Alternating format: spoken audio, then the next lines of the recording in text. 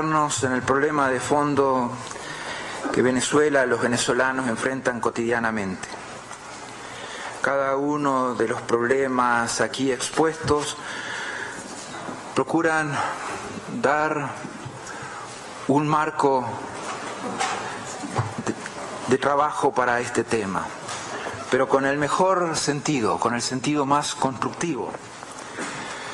Nosotros hemos señalado, está escrito en la página 125 de nuestro informe, nos expresamos también de manera clara contra cualquier posibilidad de golpe de Estado en Venezuela, contra un gobierno legítimo, una intervención armada como las que ha denunciado la canciller.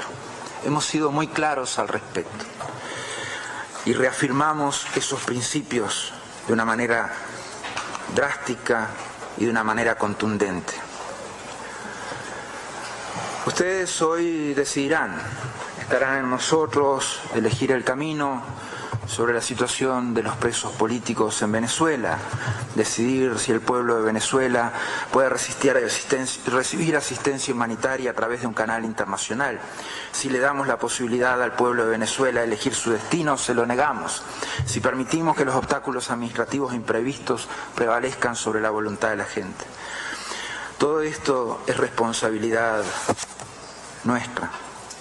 Conforme al artículo 20 de la Carta Democrática Interamericana, en pleno cumplimiento del derecho internacional y de las disposiciones de esta organización, en mi calidad de secretario general, solicito al Consejo Permanente que realice una apreciación colectiva de la situación en Venezuela y adopte las decisiones que estime conveniente.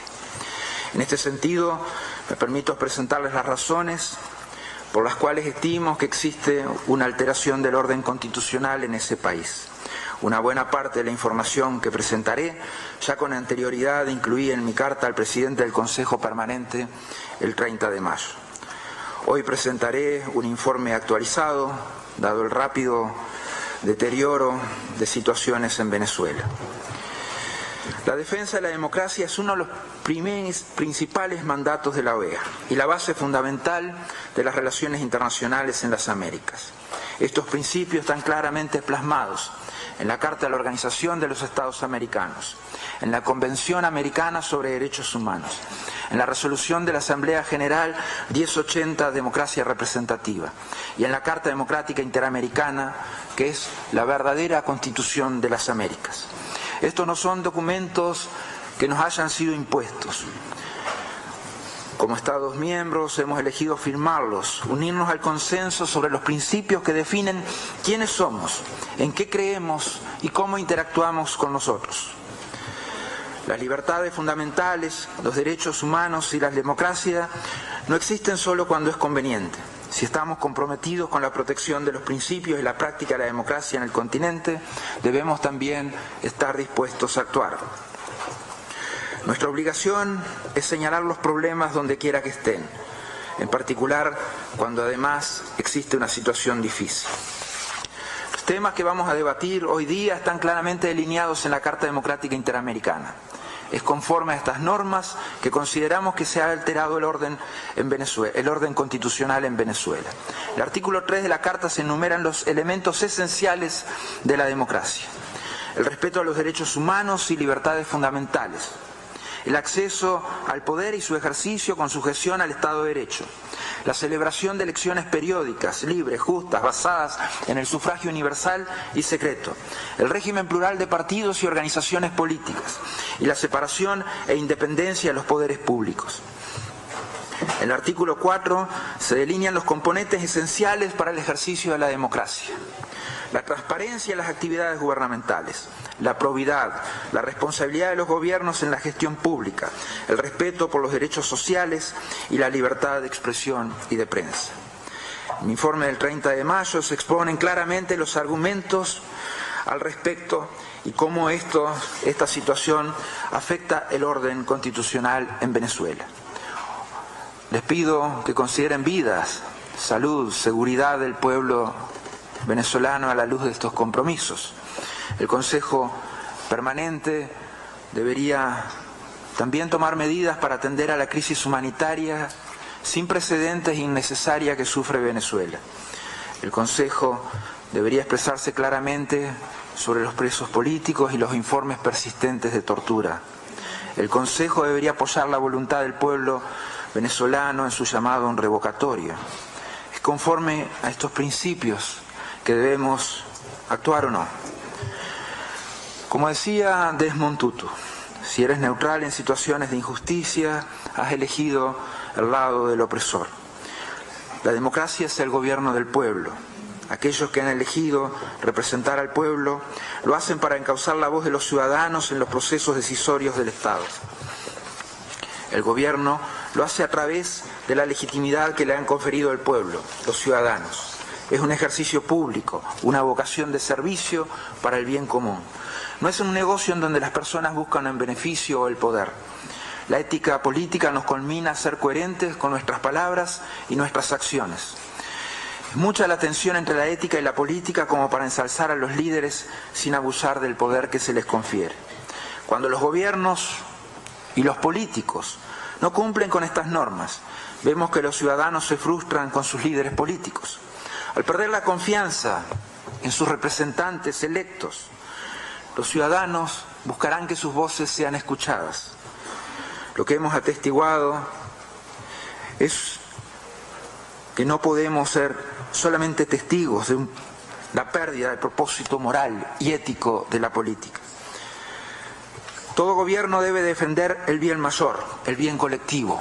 Eso es válido para Venezuela. Venezuela tiene una de las más grandes reservas de petróleo del planeta, así como vastas tierras fértiles y una gran cantidad de recursos minerales. El que debería ser uno de los países más ricos de la región se encuentra más bien enfrentando niveles de pobreza sin precedentes, una severa crisis humanitaria y uno de los más altos índices de delincuencia en el mundo. El enfrentamiento entre las ramas de gobierno ha ocasionado el fracaso del sistema político y una ruptura del mismo, lo que a su vez ha agravado las condiciones económicas, sociales y humanitarias del país. La inflación ha llegado a 720%. El Producto Bruto Interno, de acuerdo a los pronósticos, disminuirá un 8% más en el 2016. La deuda externa ha alcanzado los 130.000 millones de dólares, es decir, el equivalente de casi 6 años de exportaciones de petróleo. Venezuela ocupa el 9º lugar mundial con la peor tasa de desempleo. El 73% de los hogares y el 76% de los venezolanos vivieron en la pobreza en el 2015. Después de lo que fue el 12º aumento desde que el gobierno fue electo en 2013, el salario mínimo equivale, de acuerdo a la tasa oficial, a $24. La falla, esto es menos de $1 por día. La falla sistemática, y de acuerdo a la tasa oficial, la falla sistemática del tipo de cambio controlado nos dice que esto ha ocasionado que la moneda haya perdido el 99% de su valor desde 2003. Las empresas internacionales han cerrado sus puertas cuando nadie puede pagar. La población enfrenta una escasez de alimentos y medicamentos sin precedentes en todo el país. Esta crisis está alcanzando un punto crucial. Estos problemas no los causan fuerzas externas. La situación que enfrenta Venezuela hoy día es el resultado de las acciones que ha emprendido y sigue emprendiendo desde el poder. Venezuela podría y debería ser uno de los países más prósperos e influyentes en la región. Pero es un estado plagado de corrupción, pobreza y violencia, y la población sufre las consecuencias. Es mucho más redituable para los negocios vender dólares subsidiados en el mercado negro que reabastecer los anaqueles de las tiendas. Esto lo paga el pueblo. La escasez de alimentos e insumos alcanzó el 82.8% en enero de este año.